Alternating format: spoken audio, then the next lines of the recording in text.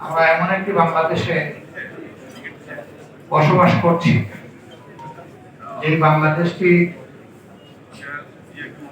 এই বহু-15টি পরপর দুইবার আবেদন করতে স্বাধীনতা লাভ করার পরেও সত্যিকার অর্থে স্বাধীনতার স্বাদ এই জাতির ভোগ করার সুযোগ হয়নি। তার অনেকগুলো কারণ থাকতে পারে। এর মাঝে আমার হিসাবে সবচেয়ে বড় কারণ হচ্ছে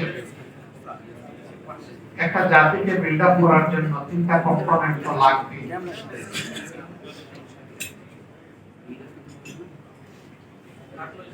আব্দুল লতিফ মাসুম সাহেব বলেছেন, যিনি পলিটিশিয়ান তিনি আগামী নির্বাচন নিয়ে চিন্তা করেন, এই নির্বাচনটা আমি কিভাবে জিতবো।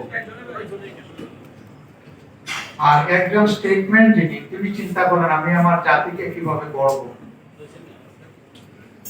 এই গড়ার ভিশনের বড় অভাব।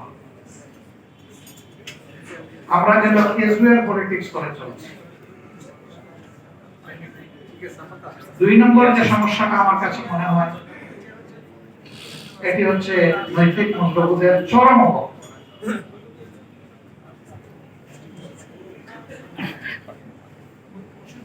রাজনীতি যদি নিজের রাজা হয়ে থাকে তাহলে রাজনীতিবিদরা নিশ্চয়ই তার ককপিটের পাইলট। একজন পাইলট যখন ককপিটে বসে শারীরিক মানসিক সুস্থতার সাথে তিনি তার ক্রাফট চালাবেন, আশা করা যায় যাত্রী সাধারণ আল্লাহ তাআলার ইচ্ছায় যথাসময়ে নির্দিষ্ট গন্তব্যে পৌঁছতে পারবে। কিন্তু যদি পাইলটেরই সমস্যা থাকে, যদি তিনি নিজেই দুর্বৃত্ত হন, হাইজ্যাককারী হন, বিদ্রোহী হন অথবা মাথা তার বিগড়ে যায়, তাহলে তিনি সহ যাত্রী সাধারণের কারোই কোনো নিরাপত্তা থাকবে না।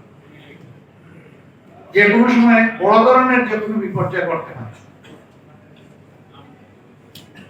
3 নম্বর যে সমস্যাটা আমার কাছে মনে হয়,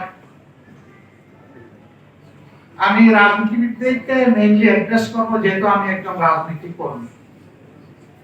আমরা কোনো জায়গায় নিজেদেরকে অ্যাকাউন্টেবল মনে করি না। আমরা বিয়ন্ড অ্যাকাউন্টেবিলিটি। বিশেষ করে আমি যদি বিজয়ী হয়ে যাই আমার জন্য 7 গুণ মাফ। আমাকে কে আর ধরে কে আর ছড়ে, এবং আমি আর আমার কোনো পতন বা পরিবর্তন দেখি না, কারণ আমার আশপাশে যারা থাকে তারা শুধু হাততালি দেয়। আমি ভুল করলেও বলে সারা সারা, আমি শুদ্ধ করলেও বলে অসম্ভব কাজ আপনি সাধন করেছেন। এমন পর্যায়ে নিয়ে যাওয়া হয় আমি আর মানুষ থাকি না। রাজনীতিবিদরা আমরা অতি মানব হয়েছে। এটা রাজনীতি এবং দলের পতন নয়, একটা সভ্যতার পতন। এই 3টা জায়গার মৌলিক চিন্তাগত পরিবর্তন আর দর্শনগত পরিবর্তন না আসা পর্যন্ত জাতি শক্ত করে মজবুত হয়ে দাঁড়াতে পারবে আমি অন্তত বিশ্বাস করি। এই জায়গাটায় অবশ্যই আমার রাজনীতি কার জন্য, ডেফিনেটলি সমাজ এবং দেশের স্বার্থকে এই সবার ঊর্ধ্বে দেখে কিছু বিষয়ে তো আমাদের সবাইকে একমত হতেই হবে। মতের ডিফারেন্স থাকবে, এটি বিউটি অফ ডেমোক্রেসি। ডেমোক্রেসিতে একটা কথা আছে, let us agree to disagree. আসলে একমত হই দ্বিমত পোষণ করা। মতের পার্থক্য হোক কিন্তু মতবিরোধ না হোক। আমরা পার্থক্যে যেন রাজনৈতিক দল এবং নেতৃবৃন্দের মধ্যে পক্ষের পরিবেশ, দেশ গড়ার পরিবেশ, চিন্তার আদান প্রদান হওয়ার কথা ছিল। আমি স্বীকার করছি, আমি লজ্জিত আমরা এটা মেনটেন করতে পারছি। আমাদের যুবকদের প্রত্যাশা আমাদের কাছে অনেক ছিল। তারা তো আমাদের প্রত্যাশার বাইরে অপ্রত্যাশিতভাবে বিশাল এক কাজ করে দিয়েছে। এখন তাদের প্রত্যাশা পূরণের দায়িত্ব তো আমাদের। তাদেরকে হতাশ করা ঠিক হবে না। এই যুবকদেরকে বলবো, রাজনীতির এই কাজটা বড় জটিল কাজ। তোমাদেরকে এখানে মাথা ঠিক রেখে চলতে হবে। হাজার লোক ঝালসা, তোমাদের সামনে বহু ধরনের ভয়, আতঙ্ক, অনেক কিছু তোমাদেরকে ছুড়ে দেওয়া হবে। এই জায়গায় যারা স্থির থাকতে পারবে, আশা করা যায় জাতিকে তারা ভালো কিছু দিতে পারবে।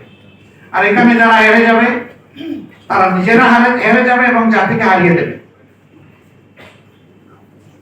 আমরা দোয়া করি যুবকরা যেন কোন অবস্থায় পথ হারা না হয়। বাংলাদেশ ভালো থাকলে আমরা ভালো থাকবো।